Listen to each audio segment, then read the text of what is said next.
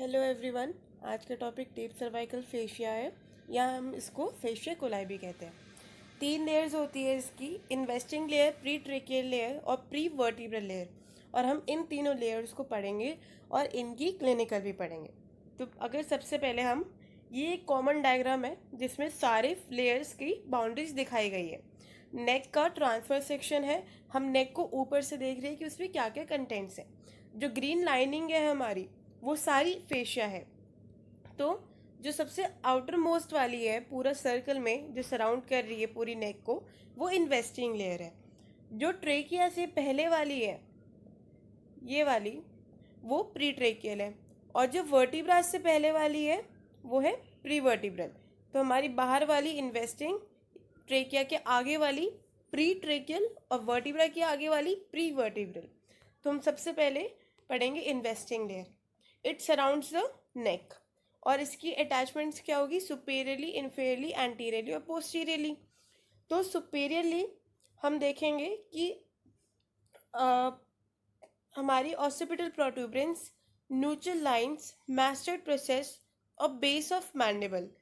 जैसे हमारा ये है, अगर यहाँ पे हमारी ऑसिपिटल प्रोट्यूबरेंस होती है, फिर हमारा सुपीरियर न्यूट्रल लाइन, फिर हमारा मास्टर्ड प्रोसेस, ठीक है, और फिर यहाँ पे बेस ऑफ मैंडिबल। तो ये पूरा हमारा सुपीरियरली आता है। फिर हम देखेंगे inferiorly, spine of scapula, acromion process of scapula, clavicle और मैन्यूब्रियम स्टर्नाई। अगर हम फिर से इस डायग्राम को अगर आगे इमेजिन करें, तो यहाँ पे हमारी आएगी स्टर्नम, इधर हमारी फिर आएगी क्लैविकल और इधर आएगी स्कैपुला। तो हम देखेंगे कि यहाँ पे हमारा आता है एक्रोमियम प्रोसेस ऑफ स्कैपुला, फिर क्लैविकल और फिर मैन्यूब्रियम स्टर्नाई। तो ये थी इन्फीरियर बाउंड्री। फिर हम देखेंगे anteriorly, symphysis menti, hyoid bone, oblique line of thyroid cartilage. अब ये क्या है? इसी डायग्राम में इन्वेस्टिंग लेयर का हम आगे बनाए तो इधर हमारी हाइयोइड बोन होती है और ये हमारा मैन्यूब्रियम स्टर्नाई, और हमारा क्या होता है? Thyroid cartilage. थायराइड कार्टिलेज भी हमारा इधर ही पाया जाता है। थायराइड कार्टिलेज, क्रिकॉइड कार्टिलेज, वो सब इधर प्रेजेंट होता है। नेक्स्ट आता है हमारा पोस्टीरियरली, लिगामेंटम नूचे और स्पाइन ऑफ 7 सर्वाइकल वर्टिब्रा। अब ये क्या है? हमारा इधर नेक के, अगर हम बिल्कुल बीच में देखें या पोस्टीरियरली नेक के बीच में, तो एक लिगामेंट आता है, हम उसको कहेंगे लिगामेंटम नूचे। और वर्टिब्रा की और 7th वर्टिब्रा की स्पाइन। तो ये हमारी सारी इन्वेस्टिंग लेयर का था। एक बार दोबारा देखें तो इन्वेस्टिंग लेयर की बाउंड्रीज हम बनाने जा रहे हैं और पीछे से शुरू करेंगे।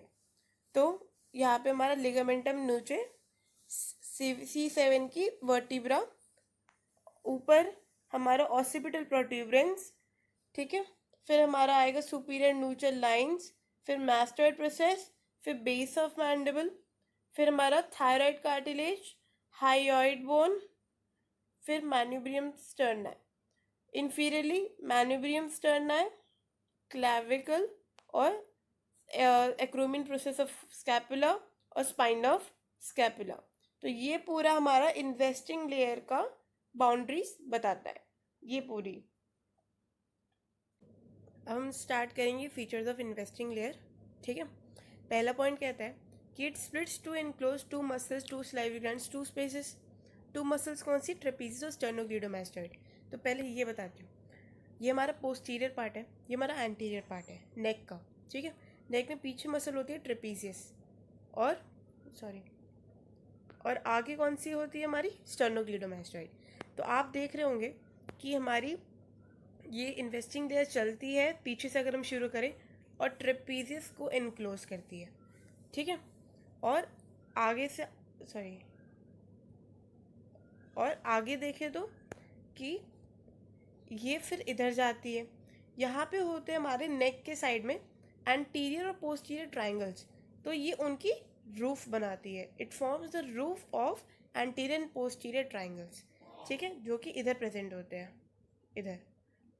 और आगे जाके फिर हमारी ये स्टर्नोक्लीडोमास्टाइड को एनक्लोज करती है और फिर दूसरी साइड की इन्वेस्टिंग लेयर से मिल जाती है।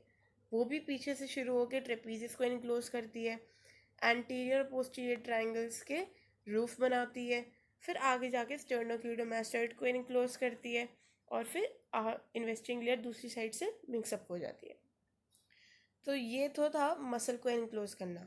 फिर नेक्स्ट पॉइंट कहता है कि टू ग्लैंड्स को एनक्लोज करती है, ठीक है, ये देखिए। फिर कहता है कि two salivary glands, parotid and submandibular. अब ये क्या चीज़ है? तो इधर हमने देखा था,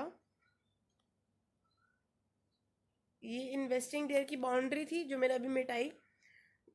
तो ये जो दो ग्लैंड है, ये है पैरोटिड, ये है सबमैंडिबुलर, ठीक है। तो इन दो ग्लैंड्स को भी इनक्लोज करता है। कैसे करता है? ये देखिए, ये जो पिंक वाली लाइन दिख रही है, ये हमारा वो आया इन्वेस्टिंग लेयर।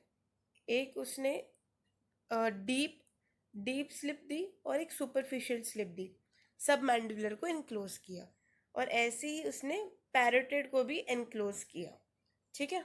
तो ऐसे ही ये दो ग्लैंड्स को भी इनक्लोज करता है। सेम दूसरी साइड पे भी हो रहा होगा। तो ये दूसरा पॉइंट था। फिर कहते हैं कि वो स्पेसेस बनाता है, कि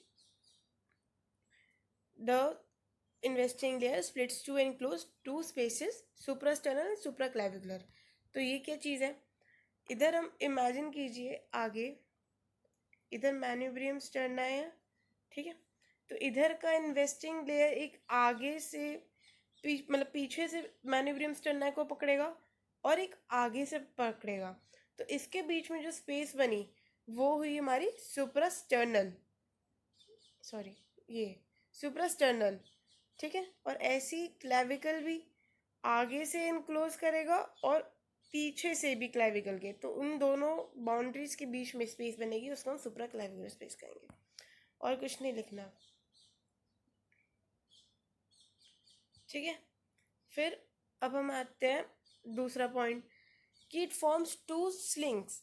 अब हमारी बाद में हम पढ़ेंगे कि ओमोहायोइड डाइगैस्ट्रिक कुछ मसल्स होती है, तो उनको ना पकड़ के रखते हैं। तो एक पुली की तरह, एक स्लिंग की तरह काम करते हैं, इनको एक साथ बांध के रखने के लिए। फिर हमारा आता है thickens to form two structures, stylomandibular ligament और पैराटिडोमेसेटेरिक फेशिया। अब मैसेटर मसल होती है और पैरोटिड ग्लैंड है। मैसेटर हमारा पैरोटिड के जस्ट सामने प्रेजेंट होता है। ये वाली मसल दिख रही है मैसेटर, तो इसके ऊपर ये जो आपको फेशिया जैसा दिख रहा है, ये इन्वेस्टिंग लेयर इसका कवर करती है। तो थोड़ा थिक होके यहाँ पे पैरोटिडो मैसेटेरिक फेशिया बनाती है। और ऐसी एक दूसरा बना रही थी जिसका नाम है हमारा स्टाइलोमैंडिबुलर लिगामेंट। मतलब स्टाइलर प्रोसेस से निकलते हुए हमारा, ये देख रहे हो आप, स्टाइलर प्रोसेस से निकलते हुए हमारा जाता है ये मैंडिबल की तरफ, और उसको हम स्टाइलोमैंडिबुलर लिगामेंट कहेंगे। फिर forms the roof of anterior posterior triangles, वो मैं आपको बता ही चुकी हूँ। अब ये दोनों डायग्राम क्या है? जब मैंने आपको बताया था कि पैरोटिड ग्लैंड और सब मैंडिबुलर ग्लैंड को इनक्लोज करता है, तो उनमें ये दो डायग्राम्स आते हैं, ठीक है। अब इन दो डायग्राम्स को, ये वाला डायग्राम तो आप ऐसे ही समझ जाएंगे कि मैंने आपको बताया था कि हमारा इन्वेस्टिंग लेयर आया, उसने एक डीप स्लिप दी, एक सुपरफिशियल स्लिप दी, और फिर मैंडिबल से जाके जुड़ गया। तो ऐसे तो सब मैंडिबुलर ग्लैंड इनक्लोज हुआ, ठीक है। और फिर ये हमारा पैरोटिड ग्लैंड है, ये हमारा जैसे ये वाली साइड थी ना, इसके अपोजिट वाली साइड का डायग्राम है ये हमारी बीडीसी में दे रखा है, ठीक है। तो इसमें क्या है कि हमारे ऊपर जाइगोमैटिक आर्च है, इधर टिम्पैनिक प्लेट है, ये इधर से हमारा अटैच होता है और पूरे पैरोटिड ग्लैंड को ऐसे इनक्लोज करता है, बस और कुछ नहीं है ये डायग्राम, ठीक है। अब इसकी इन्वेस्टिंग लेयर की हमारी क्लिनिकल क्या होगी? 3 क्लिनिकल है हमारी। पहला कि parotid swellings are very painful due to unyielding nature of parotid fascia. क्या मतलब?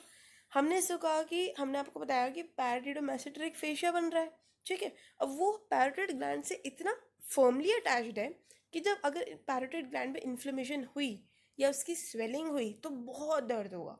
क्यों? क्योंकि वो इतना फर्मली अटैच है, उसको जगह ही नहीं मिल रही है और फैलने की, तो बहुत दर्द होगा। दूसरा क्या है? वाइल एक्साइजिंग मतलब removal, surgical removal, the submandibular salivary gland, the external carotid artery should be secured before dividing it, otherwise it may retract through the stylomandibular ligament and cause serious bleeding. तो ये कह रहा है कि जब आप ये सबमैंडिबुलर ग्लैंड हटा रहे हो, ठीक है, तो आप ध्यान रखना, इस इस वाले डायग्राम में समझ नहीं आएगा कि जब आप सब मैंडिबुलर ग्लैंड हटा रहे हो तो आपको इस लिगामेंट का ध्यान देना है, स्टाइलो मैंडिबुलर लिगामेंट, जो कि स्टाइलोइड प्रोसेस से लेके मैंडिबल तक जाता है। क्यों? क्योंकि हमारी जो स्टाइलो मैंडिबुलर लिगामेंट है उसमें ना एक्सटर्नल कैरोटिड आर्टरी बहुत अच्छे से अटैच्ड है, ये वाली। तो अगर कुछ गड़बड़ हो जाती है तो ये इसके साथ ऊपर रिट्रैक्ट कर जाएगा उसी के साथ, और इससे ब्लीडिंग हो जाएगी। ठीक है, फिर हमारा आता है लास्ट वाला, division of the external jugular vein in the supraclavicular space may cause air embolism and consequent death because the cut ends of the vein are prevented from retraction and closure by the fascia attached firmly to the vein। ये क्या कह रहा है कि जो हमारी जो supraclavicular space है, जो हमने इधर बताई थी, इधर क्लाविकल होगा, उसको हम आगे से ही पकड़ेंगे पीछे से ही पकड़ेंगे तो बीच में सुप्राक्लाविकुलर स्पेस बनेगी, है ना। तो उसमें कह रहा है कि अगर उसमें वो फट जाता है, एक्सटर्नल जगुलर वेन में थोड़ा गैप आ जाता है तो उसमें एयर घुस जाएगी। ठीक है, अगर हम उसको एम्बोलिज्म तब कहते हैं जब एयर हमारे ब्लड में घूमे। ठीक है, मैंने आपको पहले भी बताया था पहले वीडियो में कि थ्रोम्बोसिस मतलब एक ही जगह और एम्बोलिज्म मतलब ब्लड में घूम रहा है। एंड कंसिक्वेंट डेथ, क्यों? हमारे ब्लड में बबल्स आ जाएंगे, फिर वो एयर घूमेगी और फिर डेथ हो जाएगी, because the cut ends of the vein are prevented from retraction. क्यों? क्योंकि वेन्स हमारे फेशिया से इतनी अच्छे से लिपटी पड़ी चिपटी हुई है कि अगर उसमें कटवट लग गया तो रिट्रैक्ट होने में बहुत मुश्किल आएगी। तो ये हमारे क्लिनिकल था इन्वेस्टिंग लेयर का। ठीक है, अब हम पढ़ेंगे प्रीट्रेकियल फेशिया। प्रीट्रेकियल